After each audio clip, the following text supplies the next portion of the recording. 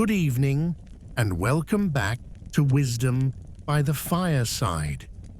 In tonight's Figures story, we venture beyond statues and speeches into a side of Abraham Lincoln most Americans have never seen. The grieving father, the broken man, and the prayerful soul who wrestled with power, loss, and God. He held the fate of a nation in one hand and his dying child in the other. But what if I told you that behind the most iconic leader in American history, there was a single night that nearly broke him, and then something happened that changed everything? In the winter of 1862, the White House had no warmth. Not really. It was February. The war was going badly. Confederate forces had shocked the Union at Bull Run, and every decision Abraham Lincoln made seemed to be met with criticism, mockery, or bloodshed. But it wasn't just the war that haunted the president. It was the sound of coughing. Willie, his 11-year-old son, had fallen ill weeks earlier. Doctors believed it was typhoid fever, likely from contaminated drinking water in the White House. Tad, the younger son, was also sick, but Willie, the gentle, poetic boy Lincoln adored, was fading fast. Mary, his wife, was inconsolable. She'd lost 2 sons already. Lincoln, on the other hand, had no space to grieve, or so he thought. Every hour there was a decision to make, a general to fire, a letter to write, a death to acknowledge. And yet, late at night, Lincoln would slip out of meetings and tiptoe into Willie's room. He'd sit beside his child's bed and hold his small hand. "You're going to get better, Willie," he whispered, even when he no longer believed it. When Willie finally died on February 20th, something inside Lincoln cracked. Staff said he didn't speak for nearly an hour. He didn't cry in front of anyone, just disappeared into his study and locked the door. Later, one servant would say she found a note Lincoln had left on his desk that read, "My heart is with him still. My mind is no longer my own."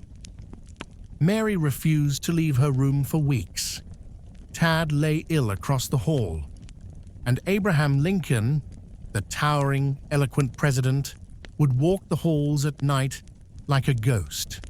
What few knew then, and what few know now, is that during those dark nights of grief, Lincoln began to question everything. Not just the war, but the justice of it all, the meaning of suffering, and the God he had spoken of so often. One evening, after meeting with generals who urged him to strike harder and bloodier in the South, Lincoln returned to the Red Room, where Willie's coffin still sat for private viewing. The funeral had ended, but Lincoln kept the room dimly lit, returning often. That night, he knelt, not ceremoniously, not like the paintings. He collapsed. He placed both hands on the edge of the coffin and whispered through clenched teeth, "I asked you to save him. Why didn't you?" The wind outside groaned through the window pane, and for a moment, the leader of the free world was just a father, mourning a child, accusing heaven. But it didn't end there. What followed was not thunder or vision. It was something slower, deeper. In the days after, staff noted Lincoln stopped speaking about victory in war meetings. He started using the word redemption. He began rewriting speeches, not to rally the North, but to heal the nation. That subtle turn, that quiet pivot, may have changed the moral purpose of the war itself. But that's not the only moment that would test Lincoln's soul. For the true spiritual battle, the one that would shake him to the core, came the night before Gettysburg. And what he heard that night, no one expected. For weeks after Willie's death, the war took on a new color for Abraham Lincoln. Not gray and blue, but a sorrowful shade of guilt and grace. He still signed orders. He still met with Congress. But those who worked closest to him noticed something had shifted. It was in his eyes, not just tired, distant, like he was always listening for something just beyond the room. One evening, when an aide found him alone, staring into the fireplace, Lincoln said softly, "I used to believe God was on our side. Now I only hope we are on his." That sentence would echo through the rest of the war. The months passed. Battles were won and lost. More often lost. The Union Army had been humiliated at Fredericksburg. Northern morale was crumbling. The country whispered of defeat. Then came June of 1863.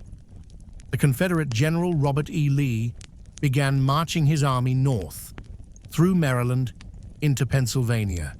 His sights were set on Harrisburg, maybe even Philadelphia. Panic rippled through the North. Some believed the Union capital itself would fall. Lincoln's War Department scrambled. Troop movements were messy. Intelligence was unreliable. But one thing became clear. A major confrontation was imminent, and it would come in a quiet town most had never heard of: Gettysburg. On July 1st, 1863, the fighting began. Lincoln, stationed in Washington, could only wait. Telegraph reports came in erratically. Skirmishes, casualties, the names of generals he barely trusted. The outcome uncertain. By the evening of July 2nd, it still wasn't clear whether the Union forces could hold their ground. Lincoln barely slept that night. Some say he paced the halls. Others claim he went for a midnight ride. But one story, told only once, decades later, by a White House steward, reveals what may have truly happened that night. He said, Lincoln slipped away to the old war room, alone.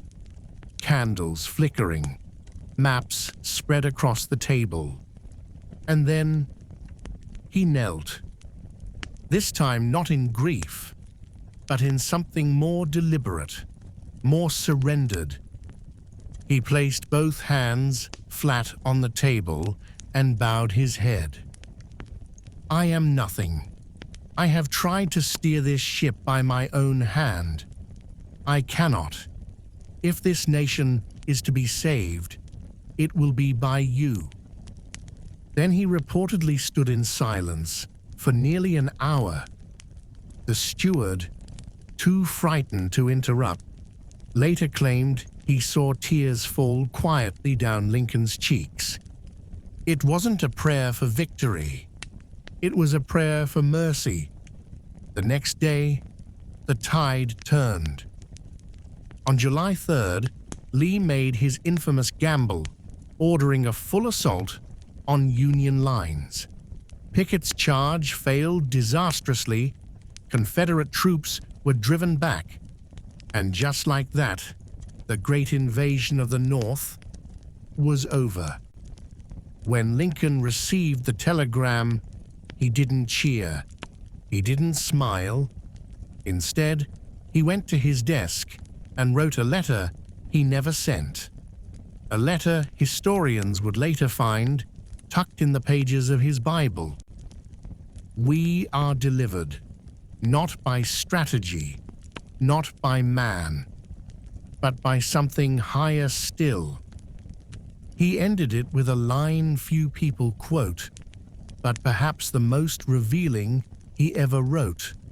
I see now, this war is not for land or law, but for the soul of man. From that night on, Lincoln would speak more often of providence, not just as a political term, but a personal reality. He began reading the Bible late into the night, and though his speeches remained political, there was something new in them, a tone of repentance, of moral reckoning, of divine awareness. Not all welcomed it. Some accused him of moralizing, others of hiding weakness behind religion. But they didn't know what he had heard in the silence, or what he had given up in prayer, and what he would still have to face. Because the war was far from over, and Lincoln was about to be tested again, this time by the living. In the weeks after Gettysburg, the Union found a strange new confidence, but Lincoln remained solemn. Victory on the battlefield did not mean peace in the streets. Washington still swelled with wounded men, and the hospitals overflowed. The newspapers printed numbers, but Lincoln saw faces. Mothers lined the fences of the White House hoping for word or mercy. Sometimes, Lincoln would walk unannounced into a ward at Armory Square Hospital. He didn't bring photographers. He didn't give speeches. He'd just sit beside a soldier's bed and say, "Where are you from, son?" More than once, a soldier, weak, fevered, often with a missing limb, would look up and whisper, "Are you really him?" And Lincoln would nod. Then take the young man's hand and say softly, "Tell me about your mother." One such visit changed him deeply. It was early 1864. Lincoln visited a field hospital outside Washington. There, lying beneath a blood-stained sheet, was a boy no older than 16. The attending physician warned, "He's fading, Mr. President. He may not even know you're here." But when Lincoln sat down, the boy stirred. He opened his eyes and smiled faintly. "Pa?" "No," Lincoln replied, "but I'll stay with you a while, if that's all right." The boy blinked, his lips cracked. "Will you pray with me?" Lincoln hesitated, not because he didn't believe, but because he didn't think himself worthy. Still, he took the boy's hand and whispered something so low the nurses couldn't make it out. Only the boy heard. He closed his eyes and passed with a faint smile. That night, Lincoln didn't return to the White House right away. He took a long ride through the city's quiet roads, the moon cutting shadows across his face. When he finally returned, he wrote a short note in the margins of a speech draft. "The boy thought I was his father. Maybe that was not a mistake." It wasn't until later that Mary would say Lincoln had come to see the entire country as his child, bruised, divided, and begging for mercy. That shift would shape the final year of his presidency. By early 1865, the war was nearly over. Sherman had marched through Georgia. Lee was retreating. But Lincoln wasn't rejoicing. He knew the hardest part was not defeating the South, it was forgiving it. His advisors wanted revenge. Some urged harsh trials, executions, land seizures. Lincoln, on the other hand, began preparing something entirely different. A reconstruction rooted in mercy. He spoke of binding wounds, not exploiting them, of reuniting families, not punishing them. Some in Congress thought he'd gone soft. They tore this country apart, they argued. But Lincoln had seen what vengeance did. He had buried his son, held the hand of dying strangers, and knelt in the dark with no answer but grace. Then came March 4th, 1865, his second inaugural address, a speech that could have been triumphal, but wasn't. Instead, Lincoln stood before the nation and said, "Both sides read the same Bible and pray to the same God, and each invokes his aid against the other. The Almighty has his own purposes. With malice toward none, with charity for all." The crowd was stunned. Some wept, because this was no longer just the president speaking. It was a man who had been in the fire and had come out changed. But just as peace was within reach, something else was stirring in the shadows. Someone had been watching him, listening, and planning, because not everyone wanted mercy, and not everyone believed in redemption. April came. The war, after 4 years of blood and division, was drawing to a close. On April 9th, 1865, General Robert E. Lee surrendered to Ulysses S. Grant at Appomattox. Church bells rang across the North. Bonfires were lit. Strangers embraced in the streets. For the first time in years, hope didn't feel like a distant memory. And yet, inside the White House, Lincoln's face held little celebration. When asked why he didn't rejoice, he simply replied, "I see the wounded more clearly than the victors." That night, in private conversation, he added, "I am haunted, not by the war's end, but by what comes next." He knew the North had won a war, but the country had not yet won peace. Not the peace of hearts, not the peace of conscience.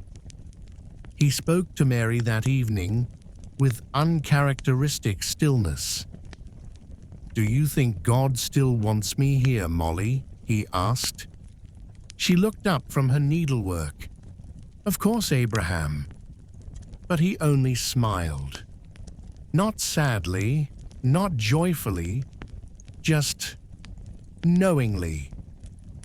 "I dreamed again," he said after a pause. "Same as before." She sighed. "Another dream." He nodded. This one had come 2 nights earlier. He was walking through the White House, he said, hearing muffled sobs. Each room he passed was empty, yet filled with grief. Eventually, he entered the East Room. A coffin lay there, draped in black. Soldiers stood guard. He asked one, "Who is dead in the White House?" The soldier replied, "The president. He was killed by an assassin." Mary's eyes went cold, but Lincoln chuckled softly, not in humor, but in surrender. "It's only a dream," he whispered, "or maybe a warning." April 14th, 1865. Good Friday. That morning, Lincoln met with his cabinet. He spoke of dreams again, but also of healing, forgiveness, and restoring the southern states without vengeance. He used the word reconciliation 5 times. He spoke of black suffrage, especially for those who fought for the Union, he said. They've earned that right. Stanton, his Secretary of War, later said Lincoln seemed lighter that day, like a man finally unburdened. That afternoon, he walked with Mary through the White House gardens. Spring had returned to Washington. Blossoms opened above their heads. He took her hand. "We must visit the theater tonight. It's been too long." That evening, they entered Ford's Theater to a standing ovation. The play was Our American Cousin, a comedy. Lincoln smiled, settled into the presidential box, and let the noise fade. But another man, John Wilkes Booth, slipped through the back hall, steps quiet, purpose dark. At exactly 10:15 p.m., Booth entered the box and fired a single bullet into the back of Lincoln's head. Panic, screams, chaos. But Lincoln didn't move. His final breath would not come for 9 more hours. He was carried across the street to a boarding house, laid diagonally on a too-small bed. At 7:22 a.m., April 15th, 1865, the man who had led a fractured nation through its darkest hour fell silent. Secretary Stanton whispered the words, now etched in stone. "Now he belongs to the ages." But the story did not end there. Not really, because Lincoln's final gift, the one few speak of, was not in speeches or war victories. It was what he left unwritten and unseen, a sealed letter, a forgotten Bible, and a final reflection found months later by a soldier cleaning out the president's personal desk, one that revealed what Lincoln truly believed about God, about the war, and about his own fate. Weeks passed after Lincoln's death, yet the White House remained strangely still.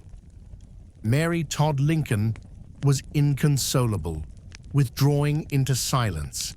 Tad, her surviving son, wandered the halls clutching a photograph of his father, asking staff why he couldn't come back. But behind the scenes, aides quietly sorted through Lincoln's belongings, letters, books, and scattered notes in his impossible handwriting. Some items were boxed, others burned. The nation was raw. No one knew what to preserve or discard.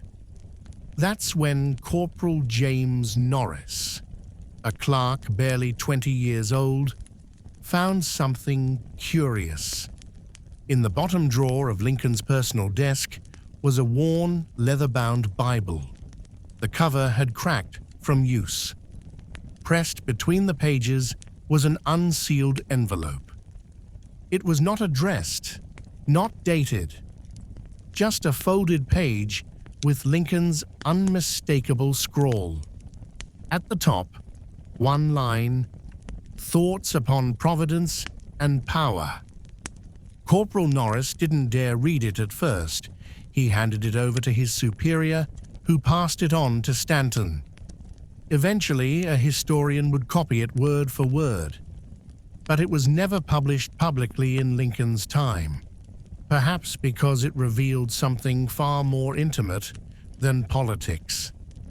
In it, Lincoln wrote, "I once believed the purpose of power was to guide a nation forward.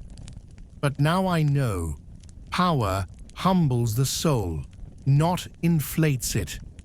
If we are made strong, it is not to command men, but to serve them. He continued, "The war has taught me. God is not on the side of North or South. He is on the side of mercy.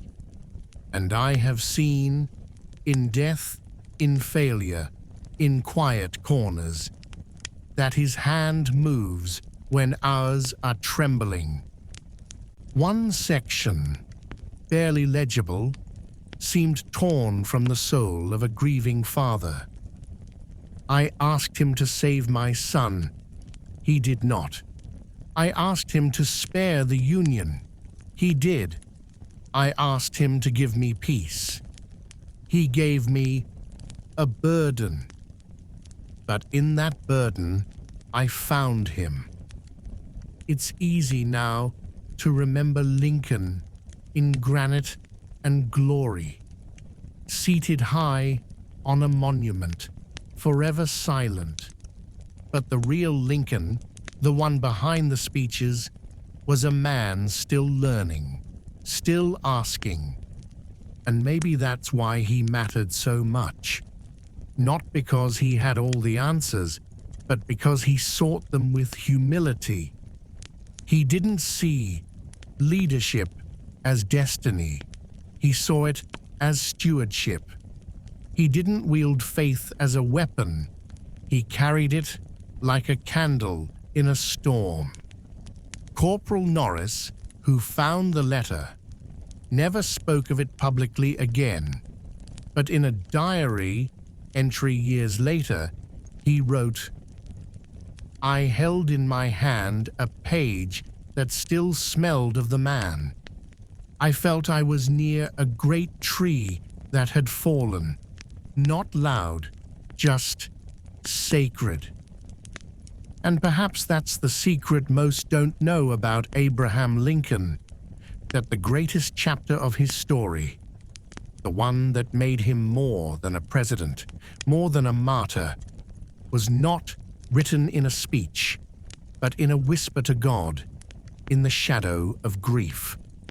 But before we close this firelit tale, there's still one mystery left.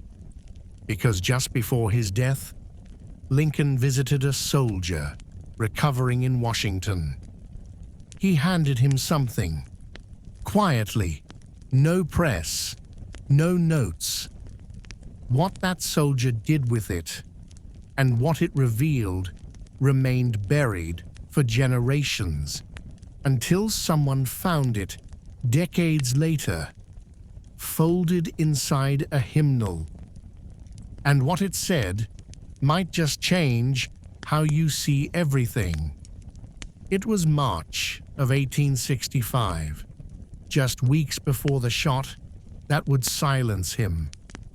Lincoln visited Armory Square Hospital again, this time not as a leader inspecting troops, but as a father, as a mourner, and perhaps as a man with one final message to deliver.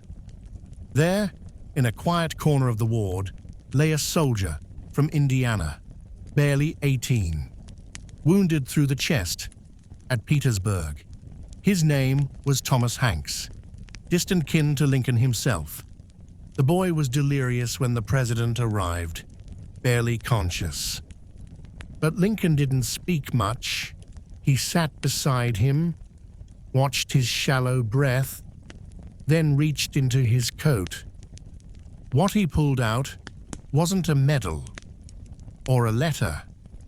It was a small, leather-bound hymnal, worn at the edges. He whispered something to the nurse nearby. He said his mother sang him to sleep with these. Then he pressed the book into the boy's hand and said simply, "Tell her he was not alone." No one knew exactly what Lincoln meant.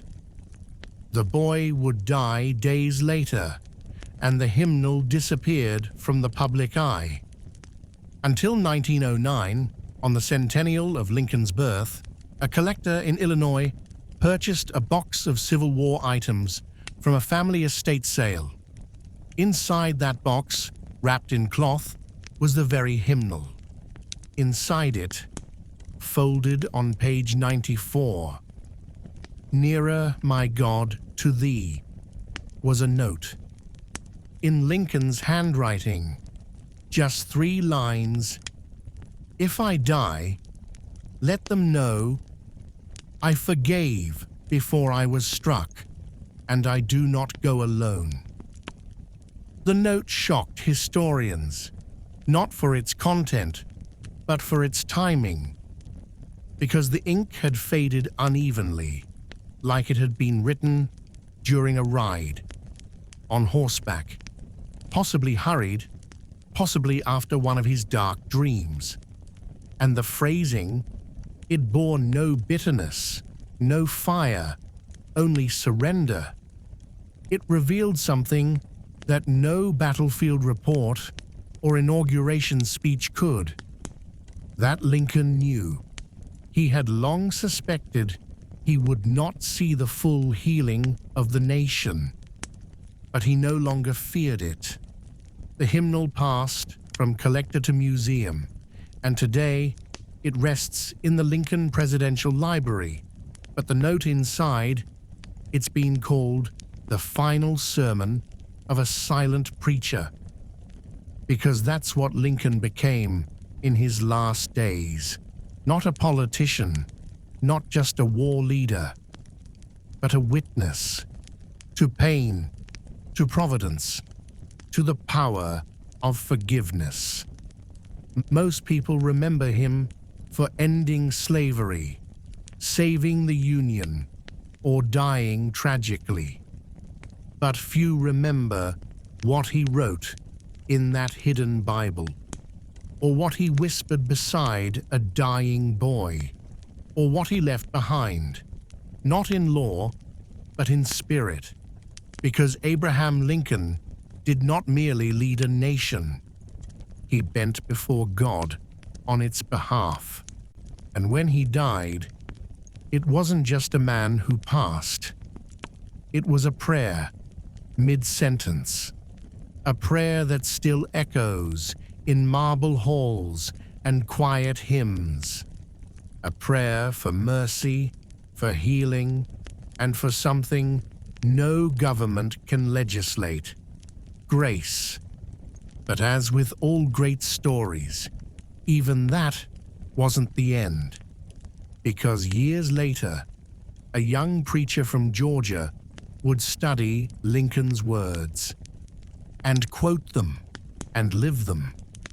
His name, Martin, his dream, not so different from Lincoln's. And through him, the whisper became a cry. It was a quiet morning in Montgomery, Alabama, sometime in the mid-1950s. A young preacher, newly ordained, walked into his father's study. Dust floated in the sunbeam across the room. Books lined every shelf, but one book sat open on the desk, its pages weathered and marked with heavy underlining. The preacher picked it up, read a few lines, then sat down. The book was a biography of Abraham Lincoln. The line that had been marked with 2 thick strokes of a fountain pen read, "Those who deny freedom to others deserve it not for themselves." The young man's name was Martin Luther King Jr., and in that moment, he felt a flicker of something deeper than inspiration. He would later write in his journal, "Lincoln's legacy is not a chapter in the past. It is a call that still rings in the bones of justice." Dr. King wasn't the only one who felt it. During the civil rights movement, protesters often invoked Lincoln's name, not as a token of patriotism, but as a symbol of moral courage. Because Lincoln had done more than issue proclamations. He had agonized over them, prayed before them, and accepted that the road to justice would cost him dearly. That silent, kneeling figure in the Red Room. That whisper over his son's coffin. That letter folded inside a Bible. They weren't historical artifacts. They were seeds. And one day, standing at the foot of the Lincoln Memorial in Washington, D.C., Dr. King would look up at the marble man, sitting in stone, watching across the mall, and deliver words that fused 2 centuries into one echo. I have a dream. And the nation listened. Because the marble was cold, but the legacy was not. Years later, President Obama would say, Lincoln saved the Union, but he also defined what it means to be American, not just in law, but in spirit. And every president since has, at one point or another, invoked Lincoln, not to claim his mantle, but to chase his shadow. Because Lincoln's greatest legacy isn't in documents. It's in the idea that power must kneel before conscience, that grief can become grace, and that one man's silence with God can ripple louder than a nation's noise. The world today is loud, divided, fast.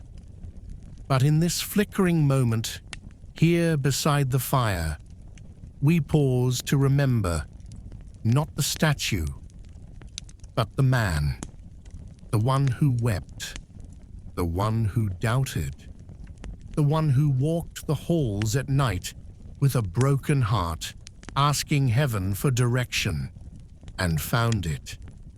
Lincoln once said, I am nothing, but truth is everything. And in that humility, he became more than a president. He became a mirror, showing us what we are capable of and what we are responsible for. Even now, in our time, we still need that mirror. We still need that man who forgave before he was struck. We still need that flicker of light in the darkness, that soft-spoken wisdom beside the fire. So here we are, at the close of our fireside story. But maybe this story, like the man himself, doesn't truly end, because Abraham Lincoln didn't leave behind a dynasty. He didn't die wealthy. He didn't even live to see the dream fulfilled. What he left was a trail of questions and a light. Years after his assassination, an old friend visited the Lincoln family home in Springfield. There, tucked away in a drawer, he found a wooden box of keepsakes, a rusted pen, a child's toy, a folded American flag, and a small card Lincoln used to carry in his coat pocket. On that card was written, "Whatever you are, be a good one." That was it. No title, no signature, just a compass, a reminder. People often say Lincoln was a man of destiny, but that's not quite right. He was a man of decision. He made choices in the dark. He wrestled with impossible questions. And he lived with the weight of thousands of lives on his conscience. What made him remarkable wasn't that he got everything right, but that he never stopped seeking what was right, even when it cost him dearly. He lost more than most: his mother, his children, his peace. And yet instead of hardening, he softened, he forgave, he listened, he knelt. And when power was handed to him, he didn't grasp it. He gave it back to the people, shaped by grace. So tonight, maybe we don't remember Abraham Lincoln the way textbooks do. Let's remember him the way history almost forgot, as the grieving father who prayed beside a coffin, as the uncertain president who begged God for wisdom, as the weary man who on the eve of triumph whispered forgiveness. Because that's where his greatness lives, not just in the things he said, but in the moments he fell silent and God answered. And maybe that's the lesson he left for us, that in times of division, in nights of grief, when the world seems impossible to carry, kneel, not in weakness, but in wisdom, not in defeat, but in faith. Because sometimes the most powerful thing a leader can do is listen for the voice not in thunder, but in stillness, and trust that light will come, even if it costs everything. Thank you for joining us tonight. Here at Wisdom, by the Fireside, we don't just tell stories of history. We seek the truths behind them. We follow the quiet footprints of those who came before, the ones who changed the world, not with shouts, but with spirit. If Abraham Lincoln's journey reminded you of the strength found in surrender, the courage in mercy, and the blessing in silent faith, then you've heard what we hoped you would. If the story touched your heart, share it to the ones you love. And if you would like to listen to more like it, you know where to find us.